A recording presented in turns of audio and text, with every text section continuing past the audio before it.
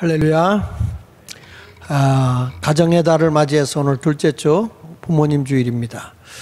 우리 옆에 분하고 서로 인사를 하도록 하겠습니다. 행복한 가정이 되도록 합시다. 이렇게 한번 축복해 주시기 바랍니다.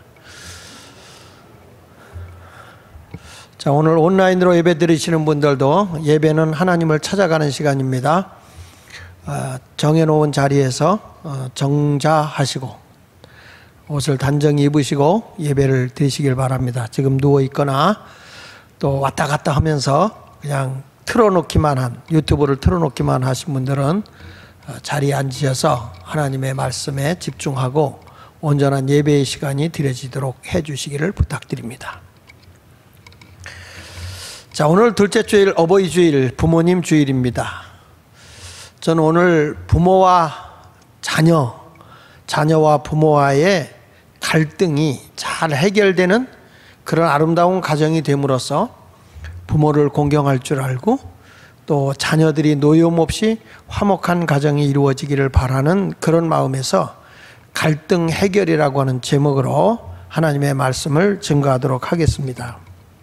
사람이 태어나 나를 낳아서 길러주시고 나를 돌봐주신 부모님의 은혜를 생각한다고 하는 것은 그것은 사람의 도리이고 다르게 사는 사람의 자세라고 생각합니다. 성경은 끊임없이 살아계실 때 부모를 즐겁게 해드리고 부모를 기쁘게 해드리라고 성경은 말하고 계십니다. 잠언 23장 25절에 보면 내 부모를 즐겁게 하며 너를 낳은 어미를 기쁘게 하라 이렇게 말씀을 하고 있어요. 그러니까 부모를 공경하는 것은 하나님의 명령입니다. 지상의 명령 아니고 도덕 윤리를 뛰어넘어서 하나님의 철저한 명령입니다. 만약에 어느 가정에 남편도 여의고 외롭게 경제적인 어려움 속에 있는 그런 한 어머니가 계시다고 한다면 그 사람은 당연히 자기 집에서 효를 향하여 부모에게 보답하는 것을 가르치도록 했습니다. 만약에 부모를 공경할 줄 모르거나 어른을 공경하지 않는다는 것은 하나님이 절대적으로 기뻐하지 않는 일이기 때문에 그렇습니다. 디모데전서 5장 4절에 보면 만일 어떤 과부에게 라는 말이 나오잖아요.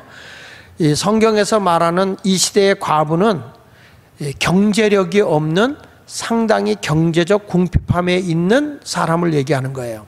그러니까 어머니가 경제적으로 돌봐줄 수 있는 능력이 아닌데 그럴 때가 되면 자녀나 손자들에 있거든 그들로 먼저 자기 집에서 효를 향하여 부모에게 보답하기를 배우게 하라. 이것이 하나님 앞에서 받으실 만한 것이다. 이렇게 말하고 있어요.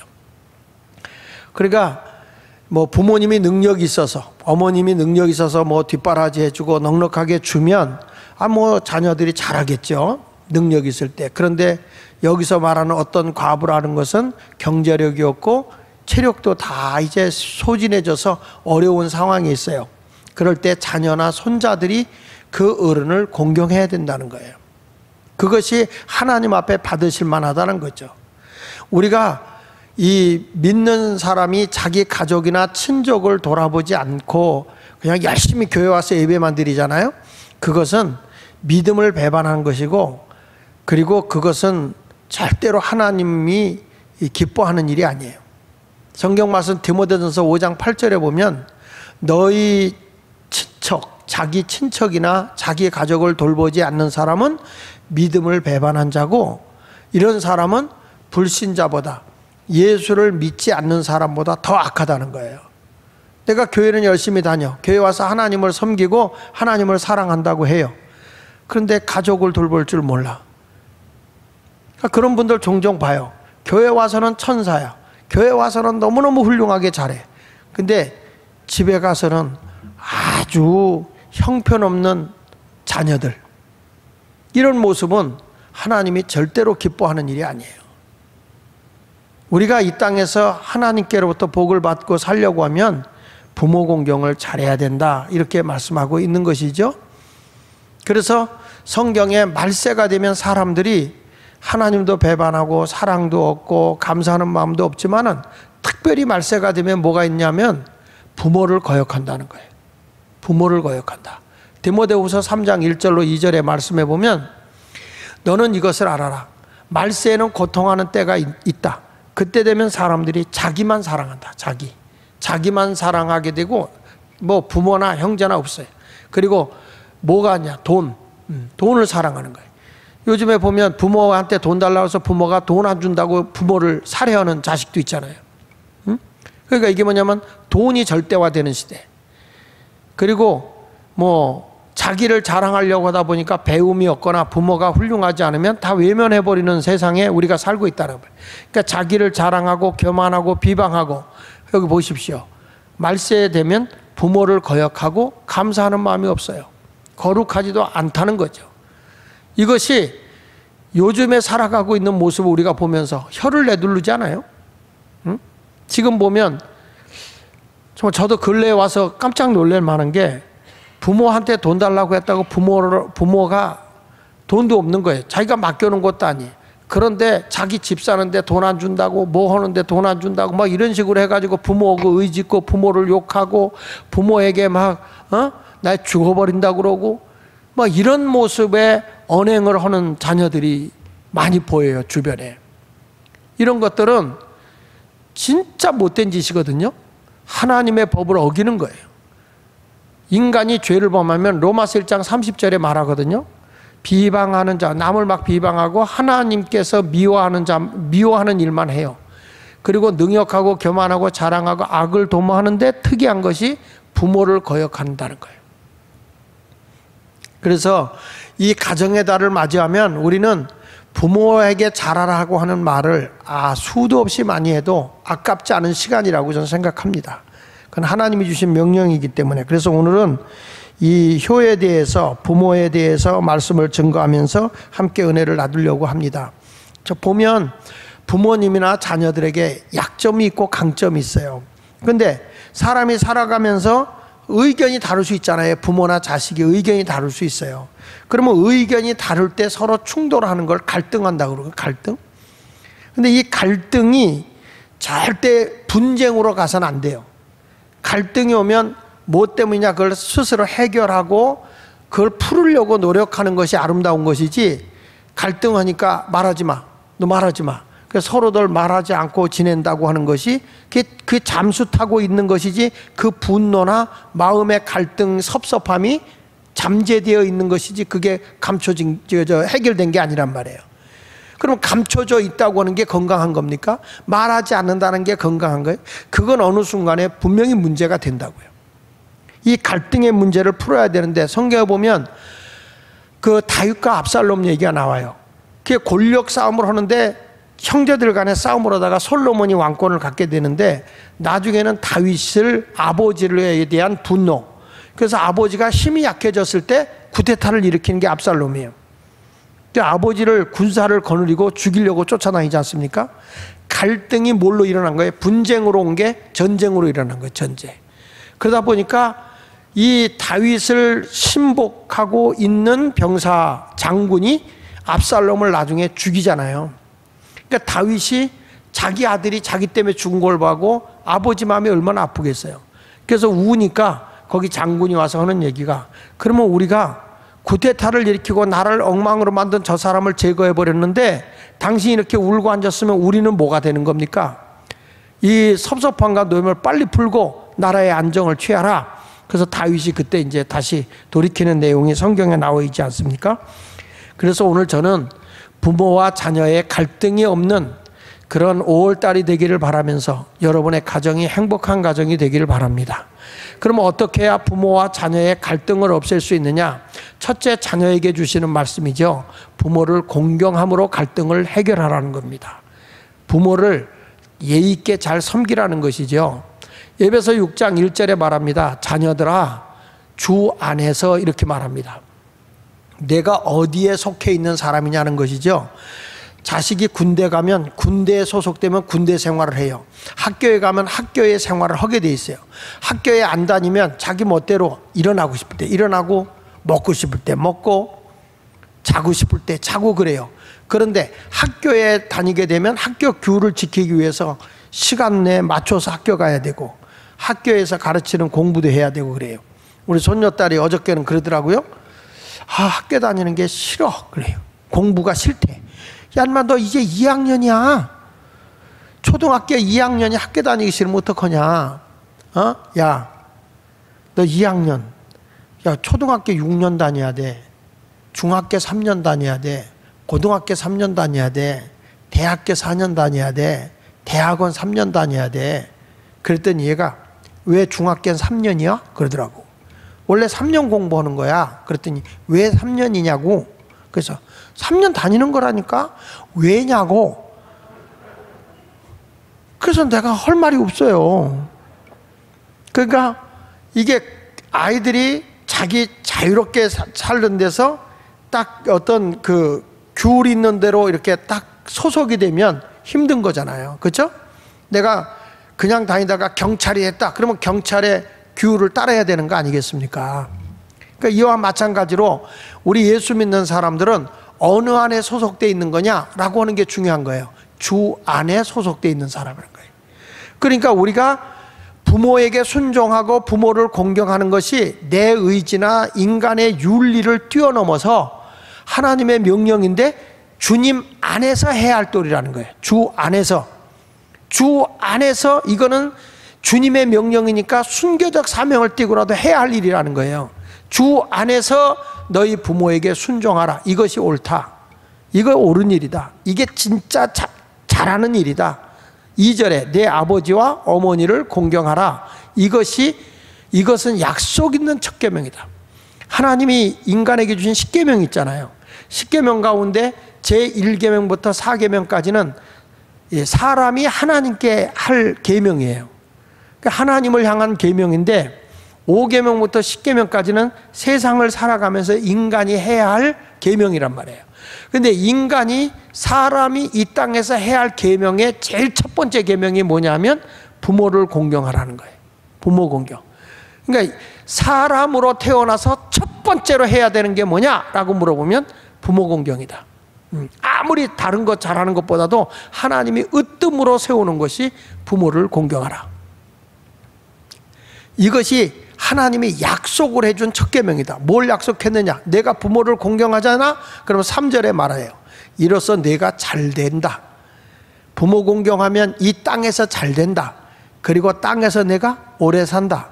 장수한다 그거예요. 보약을 먹어서 오래 사는 게 아니에요. 보약을 먹어서 여러분들이 장수하는 게 아니고 성경에 보니까 내가 이 땅에서 하는 일마다 잘 되고 이 땅에서 장수하려고 하면 부모의 말에 순종해라. 부모를 공경할 줄 알아야 된다. 이런 말씀을 우리에게 해주고 있는 것이죠. 근데 우리는 혈기가 왕성하고 내가 부모보다 더 많이 배우고 내가 더 판단력이 뛰어나다고 해서 부모의 말씀을 듣기보다는 부모에게 반항하고 부모에 대해서 어떤 흥분의 감정을 표현하는 일들을 종종 하게 된다고요. 그래도 부모는 언제나 자녀가 잘 되는 말하는 마음으로 염려하고 또 걱정도 해줘요. 부모님은 좋은 것을 자식에게 주고 싶어 하는 거예요. 있는 걸 다 주고 싶어 하는 게 부모의 마음 아닙니까? 성경 말씀에 마태복음 7장 9절 이하 10절에도 보니까 너희 중에 누가 아들이 자식이 떡을 달라 하는데 떡 대신에 돌을 줄 자가 있고 또 자식이 생선을 달라 하는데 생선 대신에 뱀을 줄 부모가 어디냐. 아무리 악한 부모라도 자식에게 좋은 걸 줄 알거든. 하물며 하늘에 계신 하나님 아버지께서 너희 구하는 자에게 좋은 걸 주지 않겠느냐 그랬잖아요. 하나님만 좋은 거 주는 거 아니라 부모도 자식에게 좋은 거 주려고 한단 말이야. 좋은 거 있으면 있는 대로 좋은 걸 자식에게 주고 싶어 하는 거죠. 그러니까 부모님들이 자식이 태어나면 자식을 위해서 희생하고 사랑하고 내가 잠은 못 자도 자식은 재우고 내가 못 먹어도 자식에는 먹이려고 하고 나는 배우지 못했어도 논마저기라도 팔아서 뭐라도 열심히 해서 자식은 교육시키려고 하는 것이 부모의 마음 아닙니까? 어떤 부모든지 간에 자식이 잘 된다고 하면 싫어하는 부모는 아무도 없어요. 친구 목사들 만나서 야 너보다 네 자식이 훨씬 설교 잘한다 그러면 너무너무 좋아해요. 근데 만약에 네 부목사가 너보다 잘하더라야. 그러면 그 부목사 자를걸. 예. 근데 자식이 잘한다 그러면 너무너무 좋아하는 거예요. 그러니까 이 부모와 자식 간의 갈등이 있어도 그 갈등이 분쟁으로 가서는 안 된다는 거예요. 그러니까 자녀들이 꼭 알아야 돼요. 부모님은 언제나 나에게 좋은 거 주고 싶어 하는 그런 부모님의 마음을 알고 언제나 부모님을 기쁘게 해드리는 그런 삶을 살아가야 할 줄로 믿습니다. 오늘 아침에 한 목사님이 저한테 그 동영상을 하나 보내왔어요.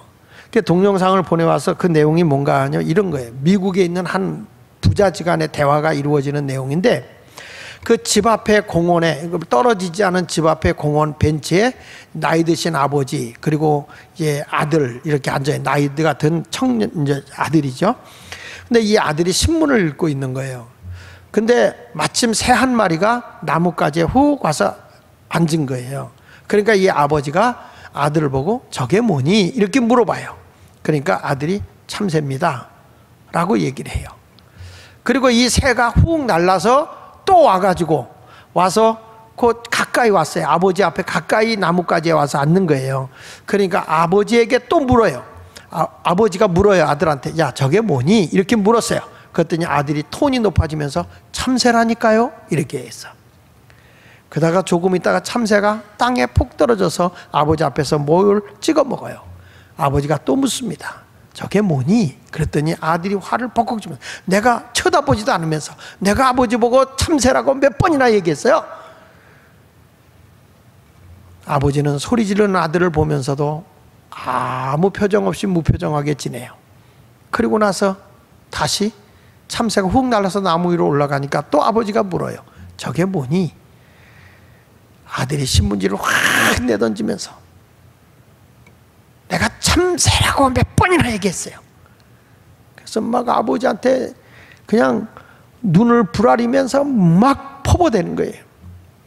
그러니까 아들이 자리를 박차고 아버지가 일어나더니 아버지가 자리를 차고 일어나더니 아무 말 없이 아들이 뭐라고 하는데 입을 다물라고 그러더니 집으로 들어가요. 아들은 그대로 벤치에 앉아 있었어요. 아버지가 집에서 뭘 책 한 권을 들고 나오는데 보니까 일기였어요. 일기. 아버지가 일기를 몇 장 뒤지기더니 그 일기에 여기를 읽어보라고 얘기를 합니다. 그 내용은 이런 내용이었어요. 이 아이가 어렸을 때 공원에 나왔다. 그때 이 아이가 참새를 보고 아빠 이게 뭐야? 참새란다. 조금 있다가 또 그 새를 보고 아빠 이게 뭐야? 참새란다. 이 아이는 그날 하루 23번을 물었다. 나는 화내지 아니하고 웃으면서 물을 때마다 계속 참새라고 대답해 줬다. 그런 내용의 일기를 쭉 읽는 거예요. 여러분, 부모는 자식을 위해서 23번이나 화도 내지 아니하고 웃으면서 아이를 끌어안아주면서 참새라고 얘기했지만 자식은 아버지가 몇 번 물어봤다고 화를 벌컥 내고 막 소리를 지르는 그 모습을 보여주는 동영상이었습니다. 아버지 그 일기장을 보고 있던 아들이 깨달은 바가 있어요. 아버지를 끌어안고 아버지의 볼을 맞추며 이 아들이 눈물을 흘리는 그런 동영상이었습니다. 여러분, 지금도 우리가 생각해 보면 부모님에게 혹시라도 이런 모습을 보이지 않고 있는지, 부모가 기억이 안 나서 치매가 와서 몇 번이고 물어보고 하면 우리는 내가 옛날에 어렸을 때 다 알아서 모든 걸 한 것처럼 생각하고 그것도 몰라요? 그것도 몰라요? 그러면서 부모에게 윽박지르거나 소리치는 자녀는 아니지. 우리는 살아가면서 의견이 안 맞고 내 뜻에 안 맞는 행동을 하는 부모도 있을 수 있어요. 갈등이 일어날 수 있죠. 그럴 때 그것에 대해서 여러분들은 어떤 행동을 취하고 있습니까? 성경은 말합니다. 부모를 공경하라. 그리고 순종해라. 이것이 내가 땅에서 잘 되는 길이고 장수하는 길이다 라고 말씀하고 있으니 우리는 부모를 잘 공경하고 순종할 줄 아는 그런 그리스도인의 모습으로 살아갈 수 있기를 축복합니다. 두 번째로는 부모가 자녀를 노엽게 하지 말아야 갈등 없는 부자지간이 된다. 부모와 자식 간에 된다고 일깨워주고 있습니다. 에베소 6장 4절에 말합니다. 또 아비들아 너희 자녀를 노엽게 하지 말고 오직 주의 교훈과 훈계로 양육하라 말씀하고 있습니다. 부모의 일방적인 주장이 아니라 아비들아 너희 자녀를 노엽게 하지 말고 무엇으로 가르치느냐? 하나님의 말씀의 가르침으로 저들을 훈계하고 가르치라는 것입니다. 저희도 이제 제 아내하고 같이 얘기를 하면서 그런 얘기를 합니다. 자녀들하고 우리의 주장을 하게 되면 화가 나요. 자녀들이 어느 때는 막 얘기할 때가 있어요. 그런데 하나님의 말씀이 이러니 우리 이 말씀대로 살자. 우리 말씀대로 이렇게 하는 게 좋을 것 같다라고 하면 화를 안 내요. 그렇지, 하나님의 말씀대로 그렇게 살아야지 이렇게 얘기하더라고요. 내 말로 아이를 훈계하지 말고 내 말로 아이를 교훈하려고 하지 말고 하나님의 말씀으로 훈계하고 교훈하라, 이렇게 성경은 말씀하고 있습니다. 여러분, 우리 자녀의 마음속에 절대로 노여움을 줘서는 안 됩니다. 부모가 의롭게 살라고 아이를 막 윽박지르고 야단치는 부모들이 있어요. 아주 부모님이 강직하게 산 사람, 부모님이 자수성가한 사람, 자기 의지로 살아간 사람은 매우 강합니다. 그러다 보면 아이들이 조금 잘못하면 왜 그런 것도 못하냐, 이거 하지 마 저거 하지 마 하면서 막 야단을 치죠. 근데 아이가 부모 말이 맞아, 부모 말이 옳아요. 그렇지만 그 아이는 그 부모의 교육 방법에 마음에 지금은 힘이 없으니까 눌려 있으니까 뭐는 있느냐? 분노가 있죠. 이 분노가 뭘로 나타나죠? 부모 앞에는 안 나타나요. 그런데 이 아이가 학교를 가잖아요. 폭력으로 나타나요. 부모님이 나에게 한 대로 아이들한테 그렇게 강하게 해요. 그러면 학교에 가면 우리 애가 사고뭉치가 되는 거예요. 아니, 집에서는 부모 말 이렇게 잘 듣는데 내가 말하는 대로 아무 일도 안 하는데, 그런데 제가 왜 저럴까? 부모님은 아니에요, 제가 잘못했을까 이렇게 생각할지 모르지만 그것이 아니라 부모의 지나친 아이의 훈계가 그 마음에 지금은 이길 수가 없으니까 아이가 속으로 분노를 누르고 있는 거죠. 이게 위험하다는 거예요. 말하지 않고 그냥 이 속에 분노와 증오 이걸 가지고 있어요. 그런데 이 다음에 나이가 크게 되잖아요. 그러면 아이가 부모에 대해서 반발하죠. 대항하죠. 부모에 대해서 막 항의하죠. 이런 모습이 나타나게 되어 있다 그 말이에요. 그러니까 우리 아이들에게 아까도 말씀했지만 자기 가족을 돌보지 않으면 믿음을 배반한 자고 그 다음에 불신자보다 악하다 그랬는데, 우리가 자녀를 키울 때 어떤 마음으로 해야 가족을 돌보겠어요? 부모의 마음에 부모가 어떤 증오나 미움을 꽉 주게 되면 그 사람 구실 못하죠. 우리 교인 가운데 보면 아버지는 참 교육자로서 옳아요. 굉장히 강하신 분이야, 아버지가. 근데 아이를 바르게 키운다고 아주 철저하게 야단을 치고 키웠어요. 그런데 부모 말을 너무 잘 들어, 최고야. 그런데 한 자식은 부모에게 대항해. 나중에 살아간 결과를 보게 되면 공부할 때는 자기 감정을 누르고 억제하고 있었던 애가 훌륭한 애 같았는데 부모에게 대항하고 부모가 너무 불합리하다고 했던 사람은 나중에 가면 큰일을 해내요. 근데 순종하고 그냥 속으로만 쿵쿵 새겼던 사람들은 사회 적응력이 떨어져요. 못해요. 정신적으로 불안해요. 사회생활을 잘 못하게 되는 거예요. 그러니까 너무 부모님이 강하게 하면 아이들이 스스로 자기가 이기지 못할 때 그 분노를 이기지 못해서 스스로 자기 몸을 자해하거나 자살하거나, 나중에 가서는 그 분노 조절이 안 될 때는 부모도 살해하는 이런 일들이 일어나는 거예요.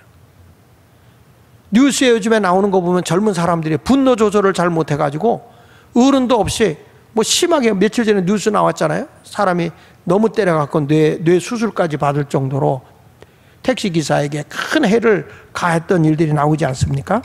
이런 것들이 다 뭐냐면 이 아이가 사랑이라든지 용서라는 걸 받아본 적이 없는 거예요.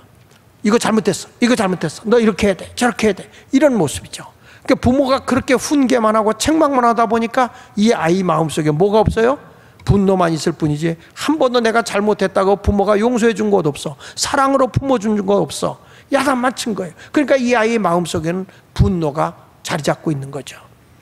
성경은 말하고 있습니다. 자녀를 노엽게 하지 말라고요. 어떻게 나타나는지 아십니까? 나중에 부모가 자식을 돌보잖아요. 그러다가 자기 욕구가 안 되면 막 부모에게 심하게 퍼부어대는 거예요. 어느 부모가 목사님에게 편지를 보냈습니다. 이런 내용이었습니다. 목사님, 부모를 공경하는 것은 바라지도 않습니다. 내 자녀들한테 부모를 공경하라는 건 바라지도 않습니다. 우리 자녀가 공격적으로 말만 하지 않아도 좋겠습니다. 이젠 나이가 들어 쉬고 싶은데 손주를 맡겨놓습니다. 그리고 자기 자녀에게 조금이라도 문제가 생기거나 상처를 입으면 험한 말로 나를 공격합니다. 부모가 봉입니다. 몸이나 마음이 너무 힘이 듭니다. 이런 경험 어르신들은 했을 거라고 생각을 해요. 옛말에 돌아가신 부모에게 불효자는 없다는 말이 있어요. 돌아가신 부모님을 생각하면서 눈물을 흘리지 않는 자식은 없을 거라고 생각합니다. 돌아가신 부모님에게는 다 효자인 것이겠죠. 그러나 문제는 성경은 돌아가신 뒤에는 아무리 잘해서 소용없는 거예요. 살아계실 때 잘하라는 거예요. 그러면 살아계실 때 우리가 잘하기 위해서는 뭐가 있어야 됩니까? 부모는 자녀를 노엽게 해서는 안 되고 자녀는 부모를 서운하게 해서는 안 되는 거예요. 이 갈등의 관계를 풀어줄 수 있는 무기는 딱 하나예요. 용서와 사랑이에요. 그래야 사랑을 받아본 사람이, 용서를 받아본 사람이 다른 사람도 용서할 수 있고 사랑할 수 있는 겁니다. 그 예를 든 것이 뭐냐면 아버지와 자녀의 심한 갈등이 있었죠. 그런데 그것을 해결한 내용이 탕자의 비유에 나와 있는 거예요. 아버지와 자녀의 갈등 문제를 어떻게 풀었는지 한번 생각해 보려고 합니다.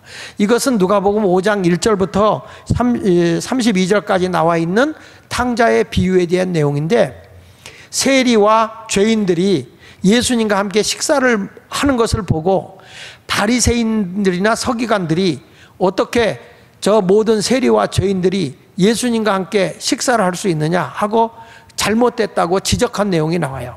누가복음 15장 1절에 보니까 거기 보면 세리와 죄인들이 예수님께 와서 말씀을 들으려고 가까이 나왔어요.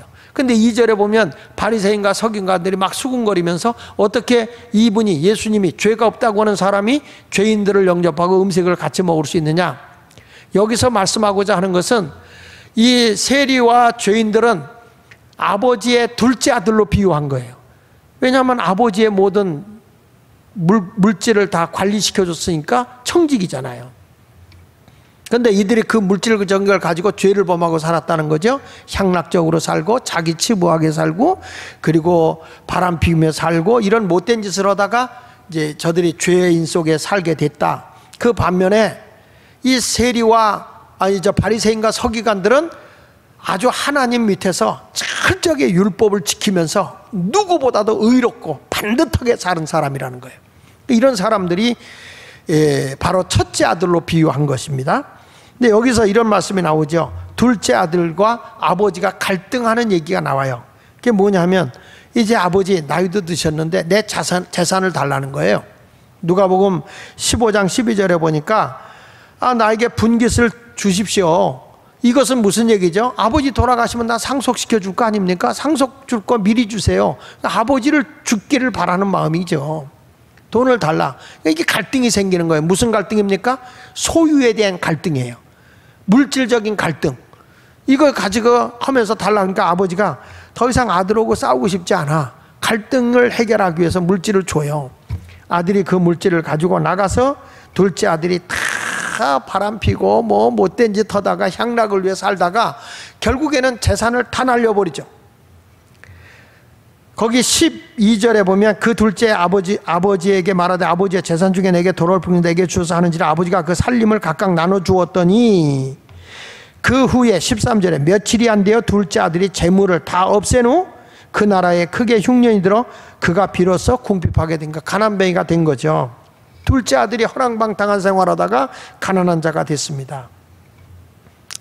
사람이 어디서 갈등이 오냐면 영적 생활할 때도 보면 하나님을 섬길 거냐 돈을 따라갈 거냐 이것 때문에 갈등이 오거든요. 누가복음 6장 24절 끝부분에 보면 사람이 두 주인을 섬기지 못한다. 그러면서 하나님과 재물을 겸하여 섬길 수 없다. 하나님이 없으면 돈이 전지전능하다. 그래서 돈을 의지하고 산단 말이에요. 돈만 있으면 다 할 수 있다고 생각하기 때문에. 근데 이분이 이 돈이 다 없어지게 되니까 가난뱅이가 된 거예요. 먹고는 살아야 되고 지역은 흉년 들고, 그래서 직장을 잡은 게 돼지 키우는 데 간 거예요. 근데 돼지도 먹을 게 없잖아요. 쥐염염을 먹이는데 그걸 겨우 먹고 살아야 되는데, 그 누가복음 15장 16절에 보십시오. 거기에 이런 말씀이 나옵니다. 그가 돼지 먹는 쥐염열매로 배를 채우고자 하되 주는 자가 없어서 지금 아주 배가 고파 헐떡거리고 있는 모습이 있잖아요. 그때 탕자가 스스로 마음에 고민이 생겨 갈등을 해요. 아버지께 가면 아버지 집에는 종이라도 먹을 게 많은데 난 여기서 굶어 죽게 생겼네. 내가 아버지께로 돌아가야지. 마음에 갈등을 하다가 자리를 박차고 일어나서 아버지에게로 이 아들이 가게 됩니다. 그런데 이 아버지는 거리가 먼데도 자식이 언제나 돌아올지 아버지는 기다리고 있어요. 그때 보십시오. 누가복음 15장 20절에 보니까 이에 일어나서 아버지께로 돌아가니라. 아직도 거리가 먼데 아버지가 그를 보고 측은히 여겨 달려가 목을 안고 입을 맞췄죠. 아들이 돼지오고 있었으니 얼마나 추한 모습이었고 악취가 났겠습니까? 그럼에도 불구하고 아들을 끌어안고 입을 맞추고 있는 이 모습은 아버지의 용서와 사랑인 거예요. 아버지가 너 내 재산 갖고 가서 며칠도 안 돼서 다 털어먹었어? 그거 위해서 나하고 싸우려고 했던 거야? 라고 막 대항할 수도 있어요. 아버지가 막 뭐라고 그럴 수 있어요. 서운한 마음에. 근데 이 아버지는 그게 아니야. 뭐죠? 사랑과 용서, 용서와 사랑이에요. 이게 하나님 아버지의 마음이에요.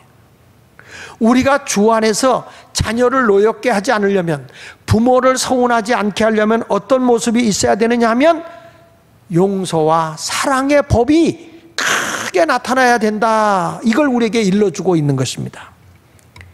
여기 22절부터 보니까 아버지는 종들에게 이르되 제일 좋은 옷을 내어다가 입히고 손에 가락지를 끼우고 발에 신을 신기라. 그리고 살찐 송아지를 끌어다가 잡으라. 우리가 먹고 즐기자. 보십시오.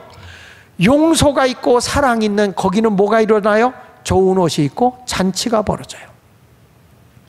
우리 가정이 이와 같아야 된다 그 말이에요. 부모와 자식 간의 관계에 뭐가 있어야 됩니까? 용서와 사랑이 있고 거기에 잔치가 있는 거죠. 가정이 맨날 싸워보십시오. 으르렁대 보십시오. 집에 있고 싶지도 않은 거예요. 불편한 거예요. 그런데 아버지의 큰 용서와 사랑이 아들을 품어낸 거예요. 그리고 그 아버지가 좋은 옷을 입히고 가락지를 끼워주고 그리고 잔치를 열어준 것이죠. 5월 한 달 동안 우리 부모님과 자녀의 관계가 이렇게 회복되는 한 달이 되어지길 축원합니다. 아직도 우리 자녀들과 거리를 두고 부모와 같이 함께 대화가 이루어지지 않는다고 한다면 어디서 이런 문제가 있었는지를 우리가 대화를 통해 풀어야 돼요. 우리 부모와 자녀들 간에 이번 5월 한 달 동안 여러분들의 과제를 계속 주잖아요. 우리의 어디서 부모는 서운했는지, 자녀는 무엇 때문에 분노를 갖고 있고 감정이 안 좋게 지금 부모에 대해서 격노하고 있는지, 이런 것들을 우리가 대화를 나눌 수 있어야 되는 겁니다. 근데 두 번째는, 둘째 아들은 그렇게 해서 용서가 됐는데 큰아들, 맏아들이 딱 들어오는데 보니까 이 맏아들과 아버지가 갈등이 생기는 거예요. 왜냐하면 아들은 의로운 거야. 맏아들은 의로워요. 아버지 밑에서 아주 똑바로 살았어요. 근데 저렇게 허랑방탕하고 아버지 재산을 다 낭비하고 온 자식한테 잔치를 열어줘? 저렇게 못된 자식한테? 나는 아버지 밑에서 아버지 말에 순종하고 아버지의 뜻을 따라서 이렇게 생활했어도 아버지가 나한테 염소 새끼 한 마리 잡아준 적 없는데 뭐야? 자기 의 때문에 아버지와 갈등이 생기는 거예요. 성경 말씀 25절, 누가복음 15장 25절에 보면 그가 노하여 그랬죠. 맏아들이 화가 난 거예요. 아버지인데 들어가지 들어가려 하지도 않아요.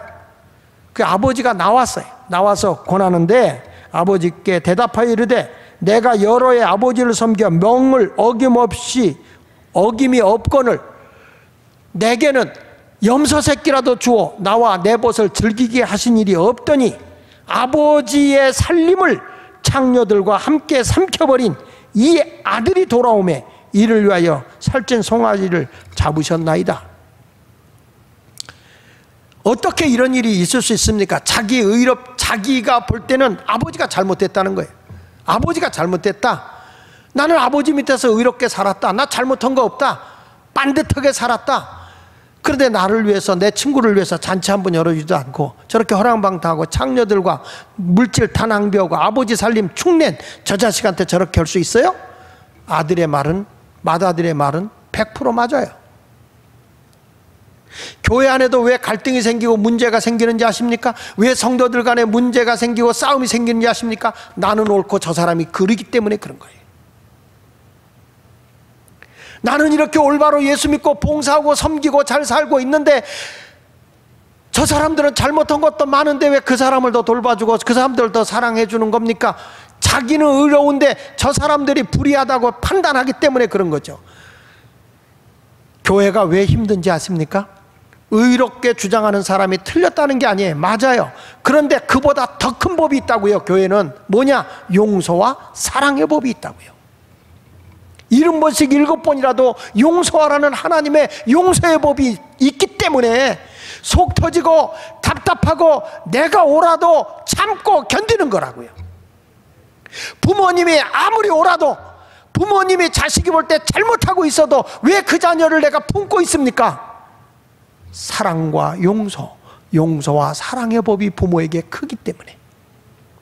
그래서 그 자식을 품어주는 겁니다. 사랑하는 겁니다. 이해하는 겁니다. 잘못해도 덮어주는 겁니다.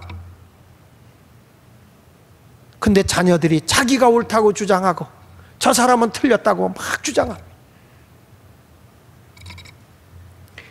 이 맏아들은 영적으로 볼 때 엘리트예요.